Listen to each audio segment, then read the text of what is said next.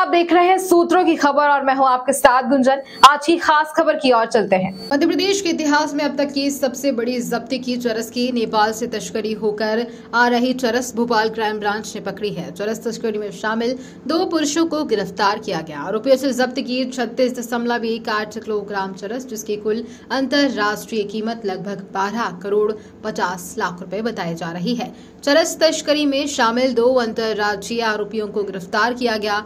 आरोपी गण सस्ते दामों पर बिहार के रास्ते नेपाल से अवैध मादक पदार्थ लाते हैं। गिरोह द्वारा कई किलो चरस भोपाल में पहले भी सप्लाई की जा चुकी है। पहले भी क्राइम ब्रांच भोपाल द्वारा नेपाल से लाई गई कुल 23 किलो चरस कीमती लगभग 7.60 करोड़ पकड़ी गई है। बता दें आपको कि लगातार क्राइम ब्रांच की अवैध मादक पदार्थ तस्करों पर कार्रवाई जारी रहेगी।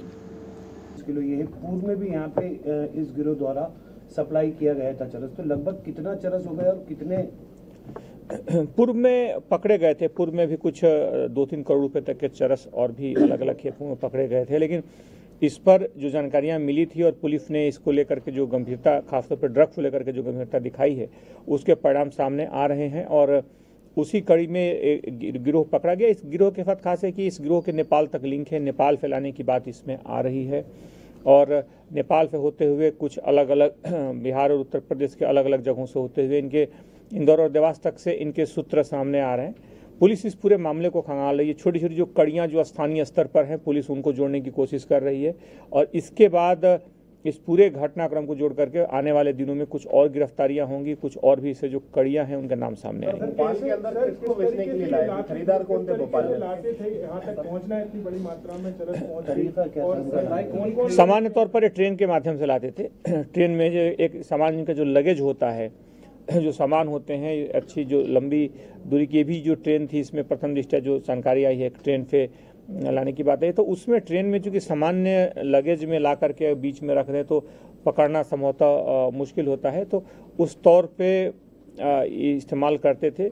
इसे पुलिस की फोकस इस बिंदु पर भी पुलिस जांच कर रही है कि क्या पूर्व में इन्होंने इस तरह की कोई बड़ी खेप यहाँ पे या किसी अन्य जिले में, किसी अन्य शहर में खपाने की कोशिश की है या खपाई है, ये कब से यहाँ पे रह रहे हैं, पिछले कुछ समय से इनके आने जाने की सूचनाएं मिली हैं, कुछ इनके जो डिटेल्स हैं, इनके जो खास तौर पे जो तकनीकी साक्ष्य मिले हैं, उससे पूर्व में भी इनके आने की कई जगहों पे ऐसी आशंका दिख रही है। तो इसके आधार पर पुलिस उन सारे कड़ियों को जोड़ेगी, इनके पुराने संपर्कों को खंगालेगी, इनके नए सूत्र जो इनके संपर्क में हैं उन तक पुलिस पहुंचेगी और घटनाक्रम को एक जो बड़ी रूपरेखा है वो आने वाले दिनों में सामने आएगी।